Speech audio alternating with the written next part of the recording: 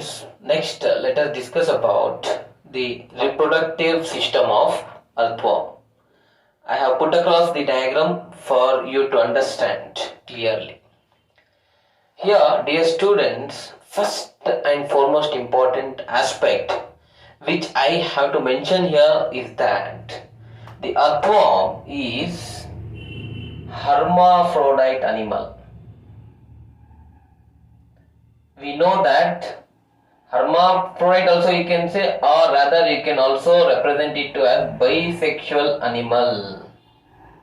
See, it means to say that the earthworm possesses or it has both the sex organs, that is, the presence of male as well as the female sex organs or gonads can be seen in the earthworm. Because of the same, the earthworm is called as hermaphrodite or bisexual animal.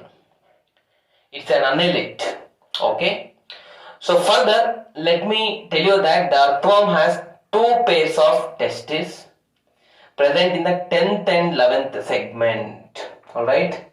See, in this 10th segment and the 11th segment, we can find the testis, okay, along with the testis sac. The testis sac, holds the testis. Alright. Where do we find?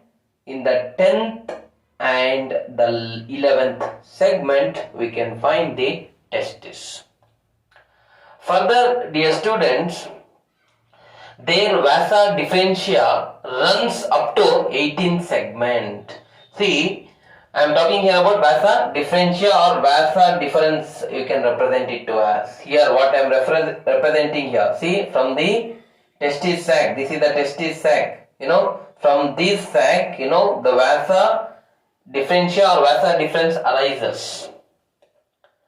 See, what is the role of vasa differentia? It carries the sperms after its production from the testis, to the site of, where it has to be released, right? So it's a tubular structure. Vasa difference is a tubular in nature. It's a tubular structure. Dear students, through vasa difference it comes and joins to the prostatic duct. There is one important gland called prostate gland. Alright. So there we have the prostatic duct, alright, where the sperms get collected, right students. See, this is the duct, prostatic duct, right? So in fact, which leads to further, both common prostatic and spermatic duct we generally say it to us, alright. Anyway, it reaches to the prostatic duct, I mean to say the vasa difference. So it starts from the testis. The testis have tubular structures called vasa difference, and these vasa difference lead to the prostatic duct. Further, dear students, two pairs of accessory glands are also present. Alright. See, you can find here, this is one gland and this is one more gland. So we call them as accessory glands. So what is the role of these accessory glands? They help in binding during copulation. The two worms, earthworms have to bind with each other. So in that binding, these accessory glands help. Two pairs can be present. Two pairs. So in which segment do we find these accessory glands? In the 17th and 18th segment, we find the accessory glands. Note down the segments, it's very important. They help in binding of the worms. Alright. Then after the accessory glands, let me tell you the next structure we have is that of the common prostate and spermatic duct. Alright. See, rather, let me tell you, the accessory glands are not exactly present in the 17th and 18th. You leave 18th, okay? 17th and 19th it is present here, students. 17th and 19th. And further we have common prostatic and spermatic duct, as I was speaking. So, what is this? See, vasa differentia opens to the exterior by a pair of male genital pore. Further, we have one more important structures called common prostatic and spermatic duct. Alright. Note here that the vasa differentia opens to the exterior, to the outside. This vasa difference or opens to the outside, alright, by a pair of male genital pore which are present in the 18th segment. Dear students, 18th segment I had left here. That is the reason. See, 17th and 19th you can find the accessory glands. Alright. But on the 18th segment you can see the male genital pores. What we can find here? Male genital pores. Alright. That's very important, dear students. Okay. Then further, let me tell you that 4 pairs of spermathecae are present from 6th to 9th segment. See, from this segment till this segment, as we can find here. See, I have marked spermathecae, right? 1, 2, 3, 4, 5, 6, 7, 8. So total 4 pairs we can say. Of what? Spermathecae, as we can find here. Okay? 6, 7, 8, 9 segment we can find the spermathecae. So the spermathecae, they receive and store the spermatozoa or the sperms during copulation. Alright. See, the sperms will be received by this and they will be stored during copulation, during the sexual intercourse, during the sexual activity. Alright. So that is the storage and receiving function of sperms will be performed by, alright, spermathecae. Storage and receiving function of sperms. Alright. When it will be in fact doing this? During the process of copulation or sexual activity.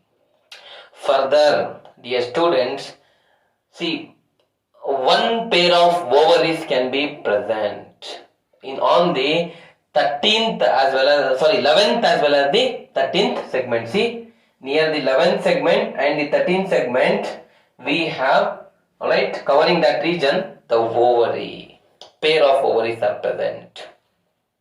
So which are female gonads, which produces the ovum or the egg. Alright. Note this point. Then, dear students, let me tell you that the ovary leads to ovarian funnel. Alright. So this is the ovarian funnel which we can find here.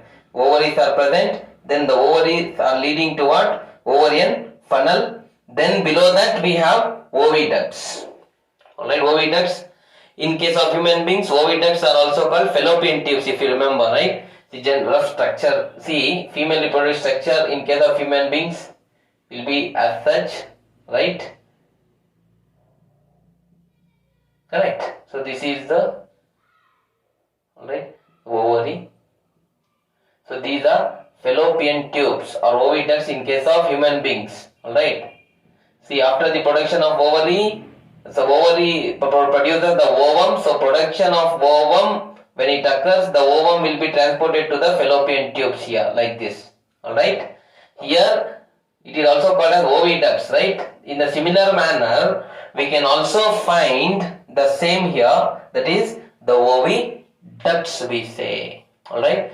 See, let me tell you, dear students, that the ovarian funnel, which is present below the ovary, and it continues as oviduct. Alright, the both of this, that is the ovarian funnel and the oviduct, join together and open into female genital opening. Alright, where this female genital pore is present?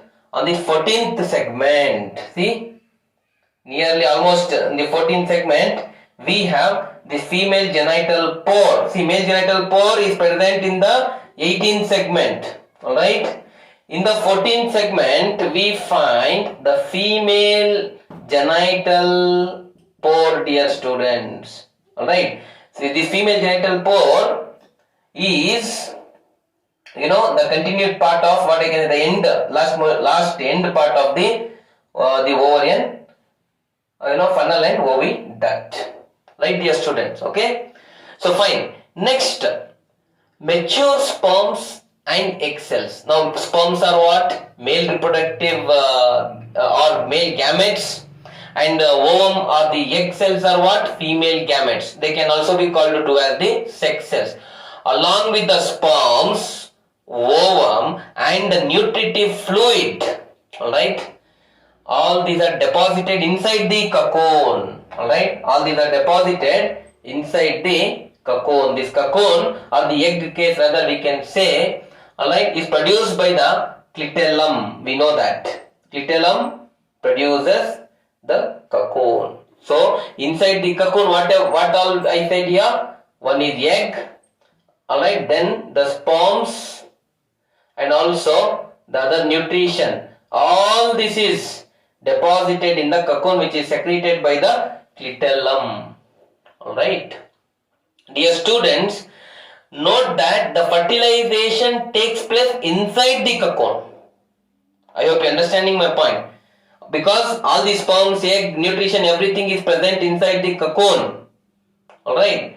So, inside the egg case, alright, we call cocoon, all this, fertilization aspects occurs. That means the process of fusion of male and the female gametes occurs inside the cocoon. And alright, after the fertilization, alright, later the other further, fertilized zygote will be deposited in the soil. After 3 weeks, alright, each cocoon produces, alright, 2 to 20 baby worms. Okay, sorry. Note one point.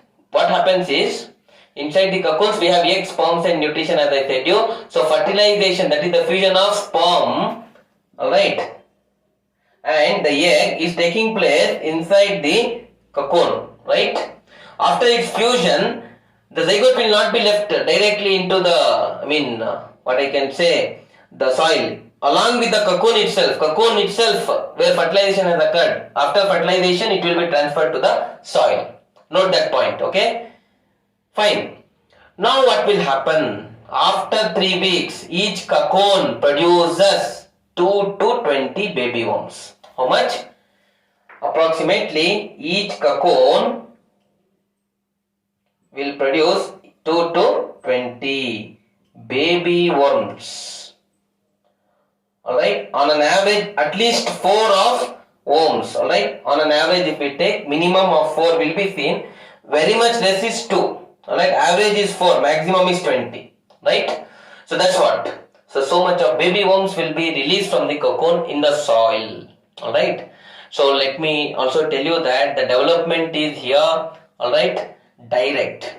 Direct means what? Without larval stages. There is no formation of larvae in the case of earthworm. Alright, so these are few important aspects pertaining to the reproductive system of earthworm we need to understand, dear students. Okay.